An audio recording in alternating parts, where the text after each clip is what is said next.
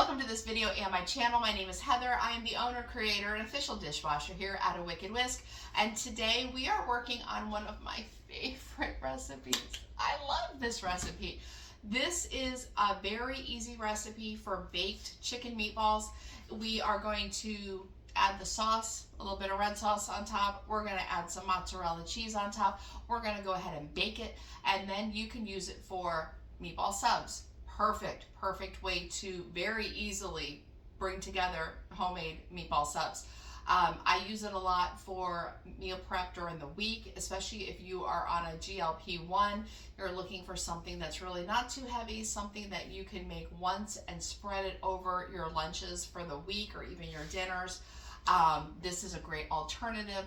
If you just want to do baked meatballs and throw them in pasta, and like I said, this is one of those dishes that you can customize any way you want, use it any way you want, and you're literally gonna bake it once, you're good for the week. So let's go ahead and get started. I'm gonna show you how to bring it all together.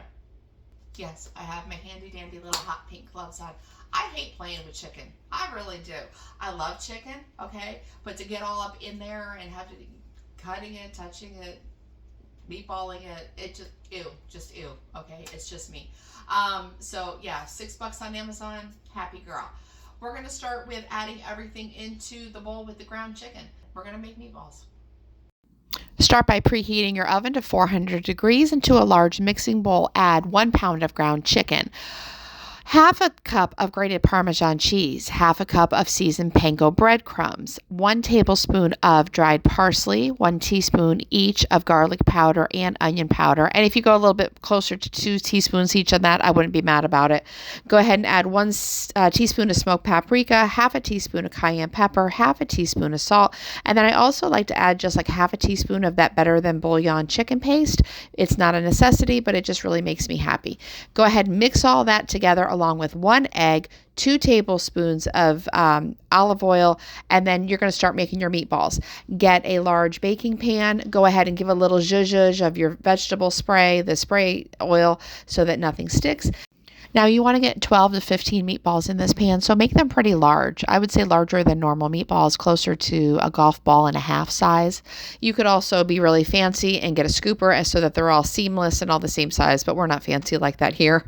And that just translates into, I lost my scooper, but you're going to go ahead and make your meatballs. You're going to go ahead and then move them to your oven. You are going to cook them for about 25 minutes. Go ahead, take them out, and then we're going to go ahead and move on to the rest of it. Okay, so our chicken meatballs are out of the oven. They are browned and juicy, and they're sizzling in the pan, and they're awesome. So what we're gonna do is we've got a little bit of store-bought spaghetti sauce. We've got some grated Parmesan cheese, and we've got some sliced mozzarella slices. What we're gonna do is we're gonna pour this entire thing of spaghetti sauce on top of the meatballs. We're going to sprinkle it with some Parmesan, and we're going to put all the mozzarella slices on top, and then we're going to put it back in the oven so that mozzarella can get all ooey, gooey, melty perfection. After that, what you choose to do with it is up to you.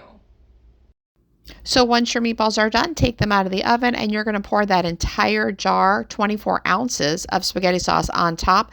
Then you're going to go ahead, do a little sprinkling of grated Parmesan cheese, either a little bit of a sprinkling or a lot of bit of a sprinkling. And then you're going to take your sliced mozzarella cheese and you're going to cover the entire pan of meatballs. Go ahead and move that back to your oven for about 10 minutes so that cheese can melt. Hit broil for about 2 minutes so it gets that little crunchy, cheese, the brown cheese on top that we all love, and you're good to go. And that's it. That's how easy it is to make a week's worth of meals in just one pan. You got plenty of sauce in this pan. You can go ahead and do spaghetti and meatballs. You can do a GLP-1, lunch prep, meal prep for the week. You can go ahead and make meatball subs. You can add this to a salad if you even want to. You know what I mean? You can just toss it with so many different things. It's a great meal prep idea. It's a great dinner idea. And it's really something that the entire family is going to love. Hope you enjoyed this. Hope to see you again. Don't forget to like and subscribe if you're so inclined. I had to say that. And until next time, see you later.